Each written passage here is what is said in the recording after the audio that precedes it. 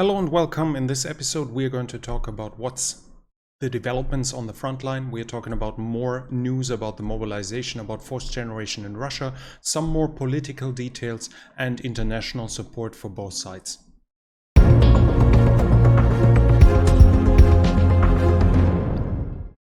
There has been a massive new air attack with 70 more cruise missiles and 5 drones on Ukraine. Ukraine says they shot down 51 of the cruise missiles and all drones. Russian military bloggers and propagandists are increasingly talking about a coming Ukrainian invasion of the Belgorod Oblast. It would make sense from a military point of view to invade Belgorod. As we can see, it's a transportation hub. It would probably secure big parts of the Kharkiv front line, but it seems extremely unlikely that the Ukrainians are suddenly going to cross the border, let alone that they will be strong enough to capture the city. A big city in house-to-house fighting if it's not given up by the Russians. It's either panic on the Russian side, or it's preparation of some false flag attack, or it's to stir up panic in terms of force mobilization. We have Russian preparations in this regard. We can see here on Telegram, we have different images of the governor of the region visiting the fortification projects. We see them here with dragon teeth talking to people, and that's probably supposed to be tank ditches, even though they still look fairly small. And the line that was built there is now renamed to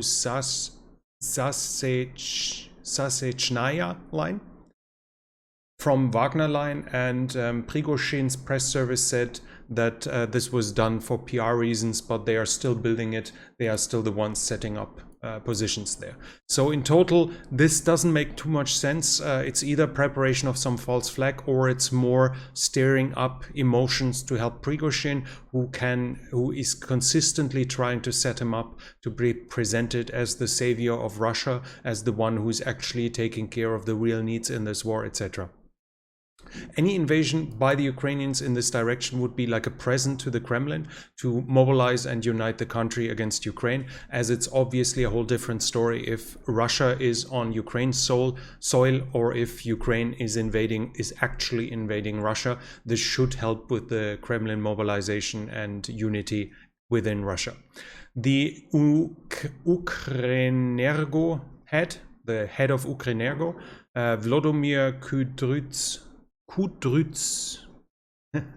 Kudrytsky, I think, says almost all thermal power plants, hydropower plants, and power stations have been either damaged or destroyed. More than half of the electric grid has been taken out during the past attacks. And the Ukrainian Deputy Defense Minister Hanna Malyar says the plan is to force the Ukrainians to move capabilities back from the front line back into the hinterland. So basically air defense system that could fight here, that could protect the units here, to move them to some towns, some cities in the far behind, to disperse them, to make them less effective.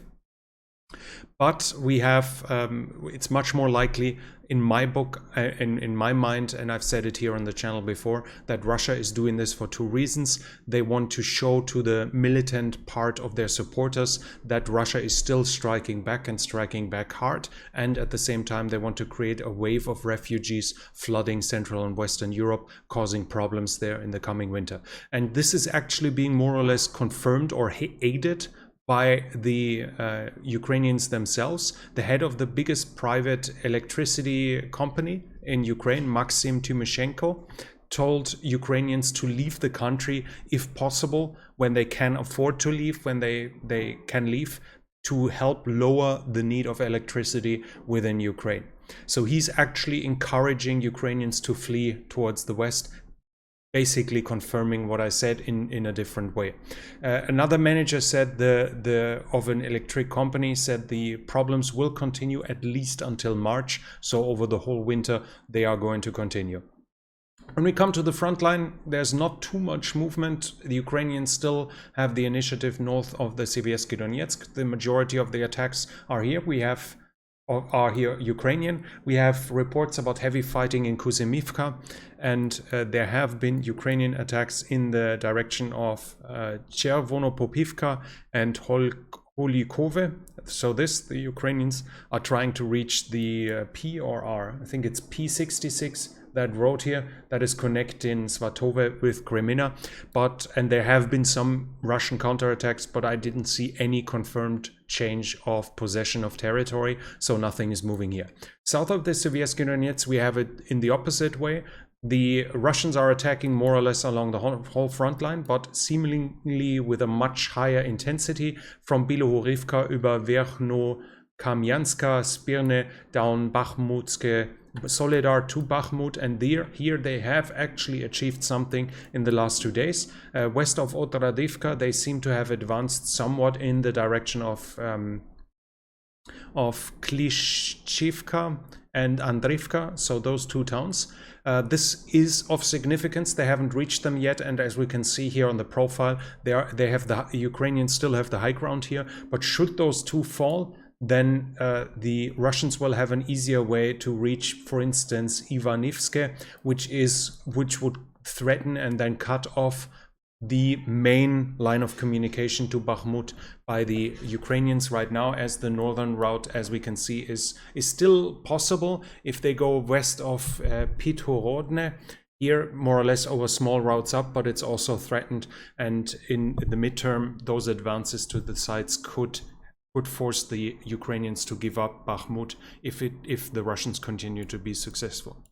The Russians are saying, I'm sorry for my stream technician to appear, but it's his decision when he decides to interfere. The Russians are also claiming that they have achieved some gains in Marinka, which is down here. It's south of Avdiivka, here in the south. And they claim that the Ukrainians have suffered heavy losses in the process, but we have no confirmation whatsoever. There are also reports around Avdiivka here in the direction of Kamyanka. We have offensives confirmed, and then from Nevelske over to Opytne, more or less attacks continuing, but there I don't have any confirmed successes by the Russians of them advancing any further here. The Russians themselves are saying that more or less south of Marinka now seems to be dominated by Ukrainian counterattacks.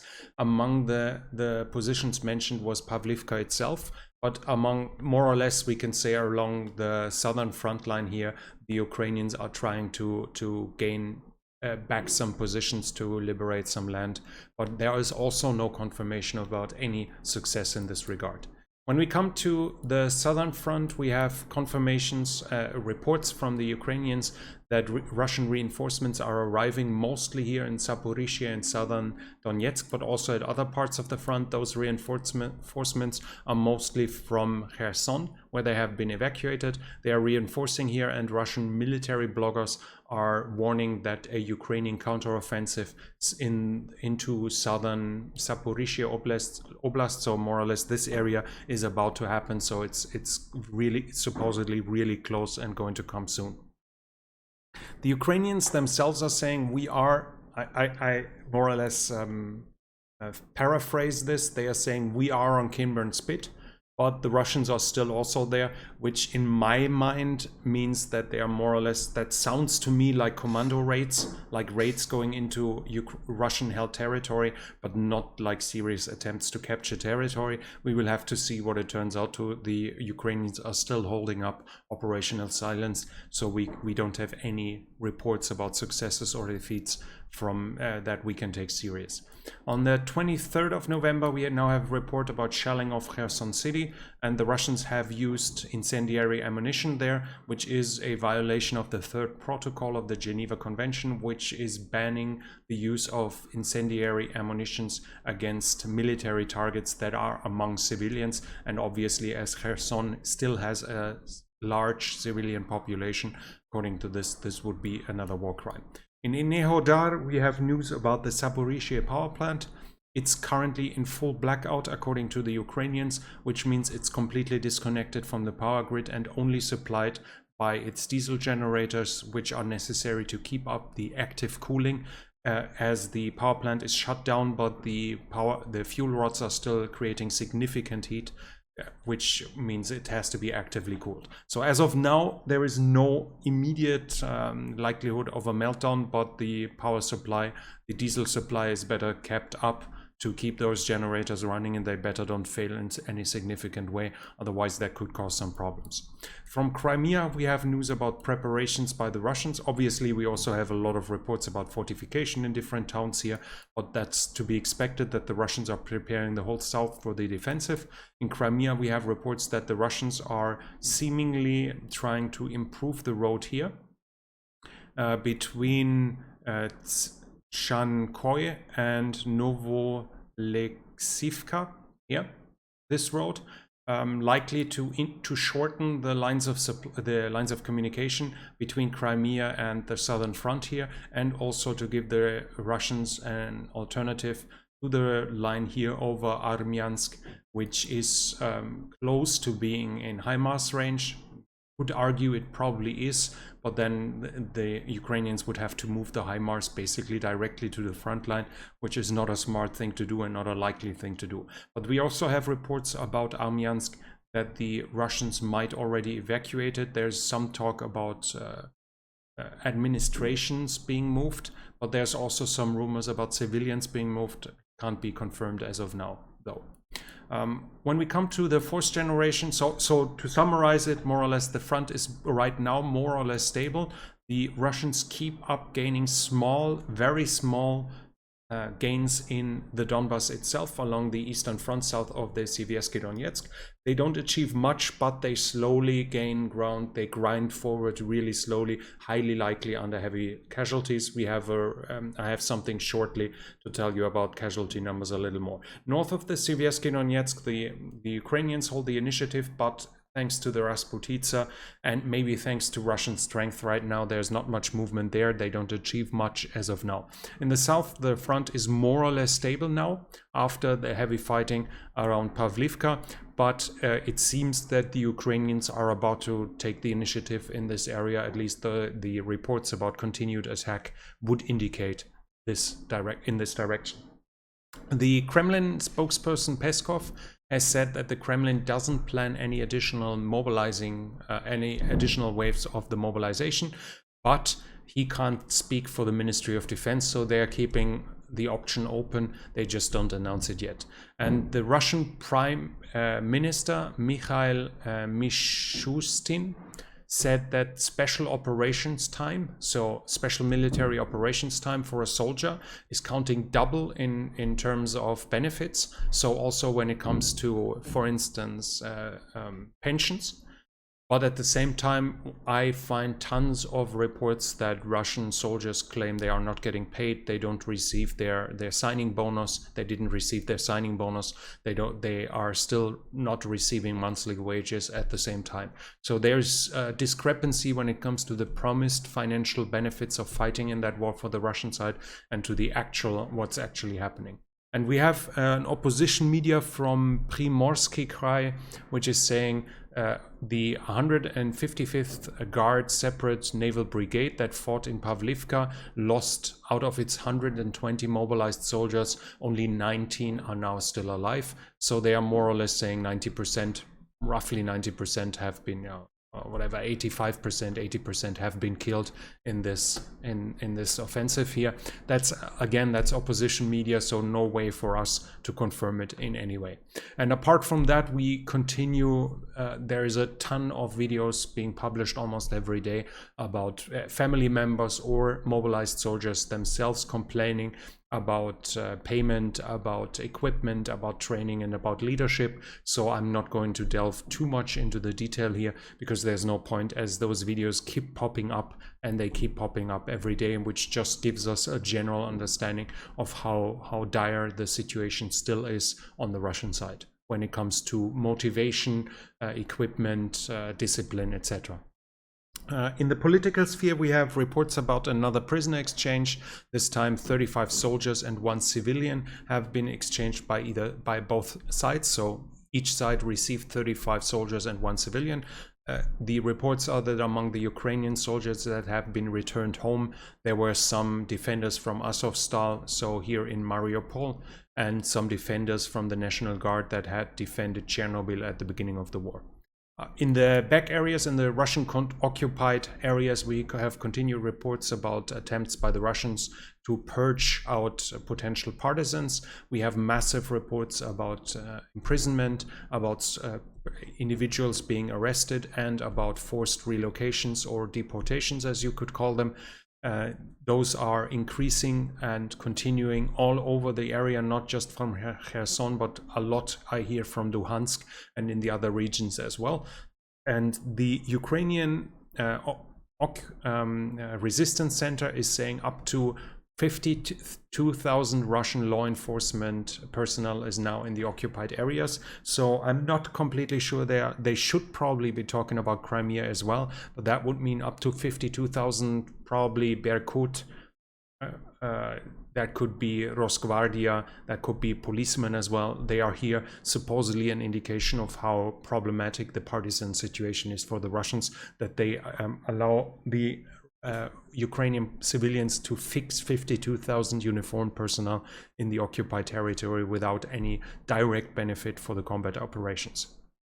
When it comes to the support for either side, we have the speaker for the Ukrainian Air Force, Uri Ignat. He's saying Russia has problems receiving the Iranian weapons it wants to get. The reason for that isn't fully clear, but it might be that with diplomatic means, with negotiations or foreign influence, there's currently being maintained pressure on the Iranian government to somehow slow down the transfer, to prohibit, to inhibit it, to inhibit, I think, is negative as well. So to slow it down, to make it more difficult for the Russians to receive Iranian weapons they likely have negotiated. He's also saying the Russians are increasingly lacking components since the beginning for building cruise missiles. Since the beginning of the war, he said the Russians have built 120 Caliber and KH-101 missiles, as well as 360 KH-35. But I said that's since the beginning of the war, and he's claiming that they increasingly lack components, Western components that they need for the construction of the cruise missiles. And we also have news that the Prime Minister of Belarus has arrived in Tehran for negotiations, for talks, and the SBU, the Ukrainian intelligence agency, is believing that this is a discussion between Belarus and Iran to help Belarus to start construction of artillery shells in this near future. So Iran is supposed to help them, and obviously artillery shells being built by Belarus would help Russia and would likely help Belarus financially if Russia pays for them. That's it from me for now. I hope it was interesting to you. This channel is only possible because of the support from viewers like you. So if you like to support, you can do so by the means said in the description. Thank you very much to everyone already supporting the channel. And if you liked it, I would really appreciate a thumbs up. Leave some comments for the algorithm. Start a discussion with somebody else. Everything like this helps. And obviously, if you haven't subscribed yet, I want to invite you to subscribe to the channel and hit the bell icon so you don't miss future videos. That's it from me for now. Thank you for watching, and I'll be back.